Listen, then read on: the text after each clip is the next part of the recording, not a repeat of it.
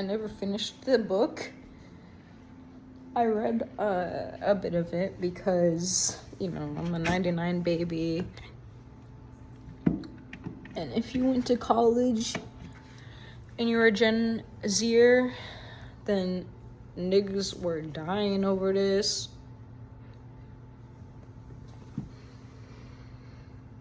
That was just a very popular book in my time.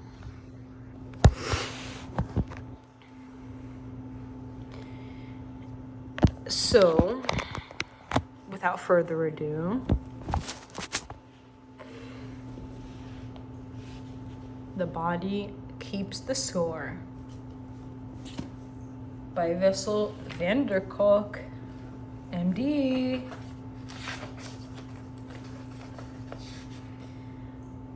To my patients who kept the score and were the textbook.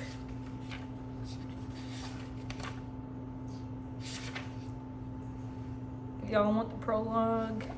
Fine. You see how fat this book is? I'm about to read this to y'all. Prologue. Facing trauma. One does not have to be a combat soldier or visit a refugee camp in Syria or the Congo to encounter trauma. Trauma happens to us, our friends, our families, our neighbors. Research by the CDC CDC has shown that 1 in 5 Americans was sexually molested as a child, and a quarter of us were beaten by a parent to the point of a mark being left. And a third of us in a couple engages in physical violence. A quarter of us grew up with alcoholic relatives, and 1 out of 8 of us witnessed our mother being beaten or hit. As human beings, we belong to an extremely resilient species. Since time immemorial, we have rebounded from our relentless wars, countless disasters, both natural and man-made, and the violence and betrayal in our own lives. But traumatic experiences do leave traces, whether on a large scale, on our histories or cultures, or close to home, on our families, with dark secrets being imperceptibly passed down through generations. They also leave traces on our minds and emotions, on our capacity for joy and intimacy, and even on our biology and immune systems. Trauma affects not only those who are directly exposed to it, but also those around them. Soldiers returning home from combat may frighten their families with their rages or emotional absence. The wives of men who suffer from PTSD tend to become depressed, and the children of depressed mothers are at risk of growing up insecure and anxious. Having been exposed to family violence as a child often makes it difficult to establish stable and trusting relationships as an adult. So then, trauma by definition is unbearable and intolerable. Rape victims, combat soldiers, and children who have been molested become so upset when they try to think about what they experienced that they try to push it out of their minds, trying to act as if nothing happened and move on. It takes tremendous energy to keep functioning while carrying the memory of terror and of shame and under weakness and vulnerability.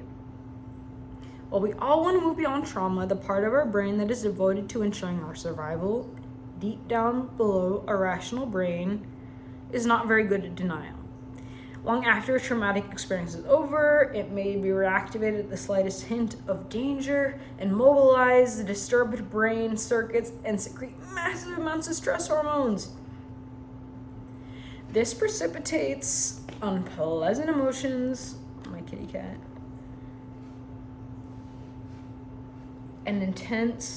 This precipitates unpleasant emotions, intense physical sensations, and impulsive and aggressive actions. These post-traumatic reactions feel incomprehensible and overwhelming. Feeling out of control, survivors of trauma often begin to fear that they are so damaged to the core that they are beyond redemption.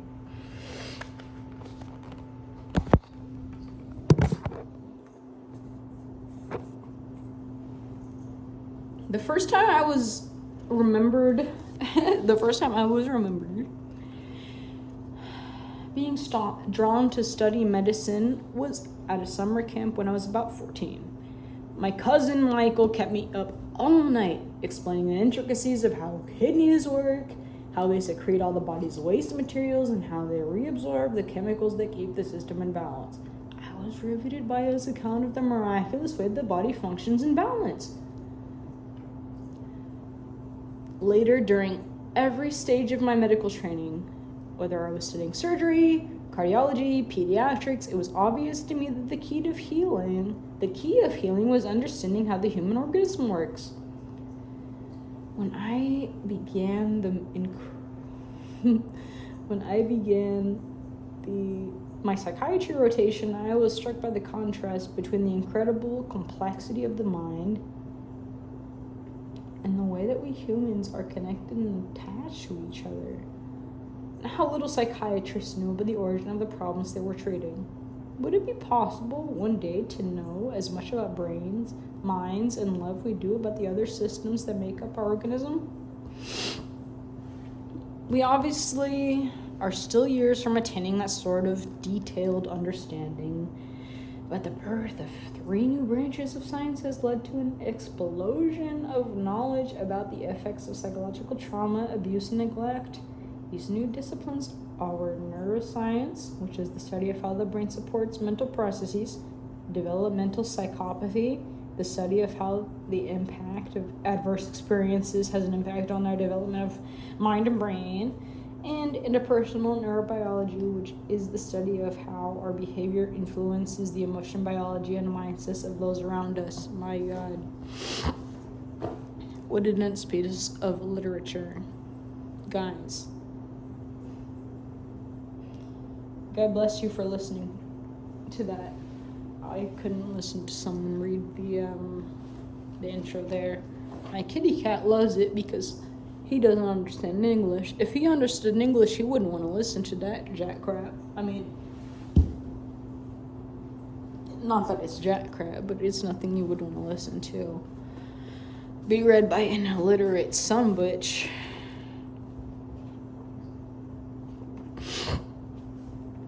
But let's see here. I mean, I got some damn apes in this ish. But close it. Forcing myself to opine.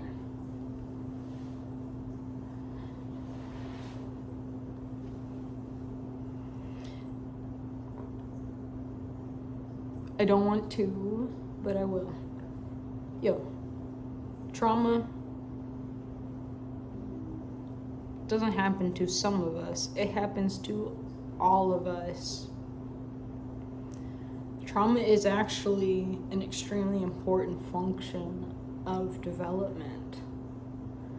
And there's whatever, as people say, big T trauma and small t trauma. To me, the traumas are all the same. And this is someone who experienced extreme childhood trauma, sexually, psychologically, physically.